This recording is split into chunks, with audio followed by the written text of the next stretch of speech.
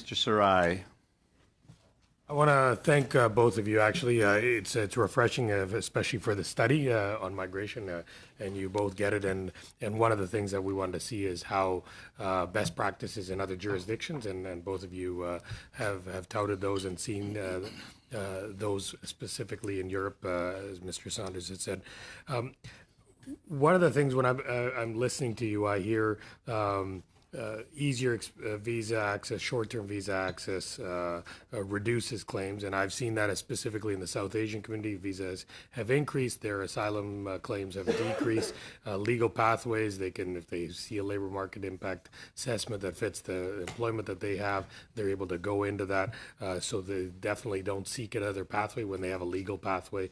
And I've seen the effect and a very positive effect on that. And a reduction in asylum claims. I've also, as Mr. Saunders said, I think the having several members of parliament go to speak to the Haitian community in New York and in Miami help reduce that Haitian migration pattern, which was a clarification of information. So we've seen that it works. The only ingredient that I'm seeing from what I've heard from you is perhaps the efficiency on processing refugee claims. I think that we're still slower. We need to do better, and so people get the correct information and they do that. Which jurisdictions in Europe have you seen that have done it better in terms of actually still having a fair process in refugee claims, but also doing it efficiently? And Dr. Bradley, if you can first answer that, and perhaps Mr. Saunders next. Well, I hate to break it to you, but I'm not sure that there are countries that are doing it better. There are huge problems with how this kind of work is done in Europe, and I, to be honest, wouldn't want us looking eastward for insight on that. I think Canada's actually, globally speaking, doing well on this issue. There are opportunities to improve, but I think we need to resist the temptation to think that there's some other country somewhere else that's actually doing this better. I think we need to look inwards and reflect that way. If you want, if we're just talking about the asylum and refugee system and not about the issue of dealing with irregular border crossers, I think that most European countries are looking to Canada. There are specific pieces that are worth looking at in European countries. It's worth looking at the German experiments with return programs during the last 2 years. It's also worth looking at their massive investment in apprenticeship programs in housing that have created a very successful integration process for those 40% or so of the migrants who were accepted as refugees.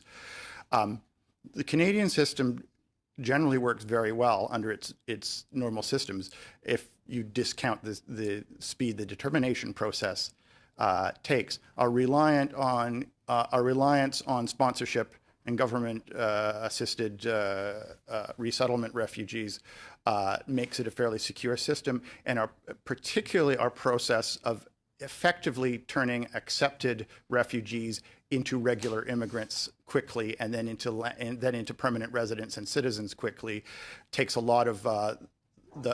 reduces a lot of the danger to the system that European countries have experienced, where people remain refugees for life.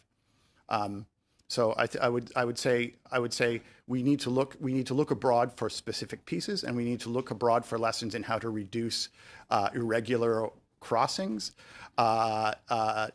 But that's in order that our refugee system can go back to being what it should be, which is a small slice of our immigration picture. We do not want a situation where our immigration system is depending on refugee pathways as one of its main channels. It should be 5% to 10% of our immigration picture. That's what the entire system was designed to handle, and that should be the normal sort of rate. We should not be in a situation like some European countries where we're relying on asylum as our main source of immigration. It's not a good way to run an immigration system, and it's unfair to the various migrant parties as well.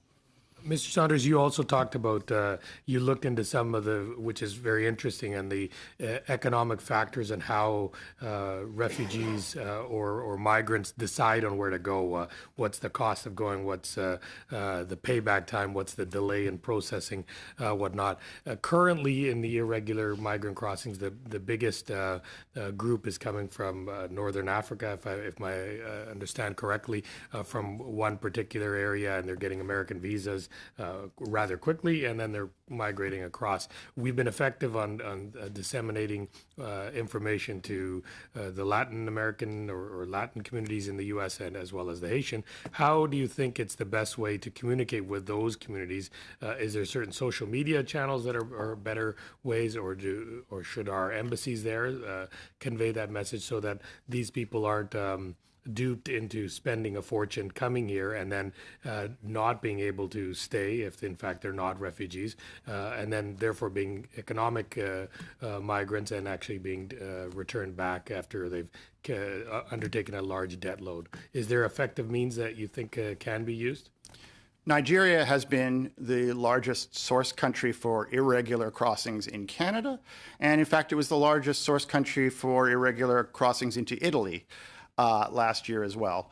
A certain proportion of Nigerians are legitimate refugees. There are situations in Nigeria which would qualify under the United Nations Convention. And my understanding is about 40% of Nigerian applicants in Canada are deemed convention refugees. That said, those who are legitimate refugees, that's no way to be entering Canada, to have to pay a fortune to go into the United States and then pay another fortune to go into Canada. And it should be deterred. And there are a lot of people who have been given misled ideas through their information networks about using the asylum process as a way to enter Canada as labor migrants. I think, as you suggested, we need to change the myths in the information, but frankly, we also need to change the physical reality that actually, for some people, entering through the asylum system as a way to earn some money and during the determination process and so on has been successful. And as I said, I think dealing with the understaffing of the determination system of the appeal courts and so on, so that it's not just quicker, but it's seen to be quicker. I need to end you there. Yes. Thanks, Mr.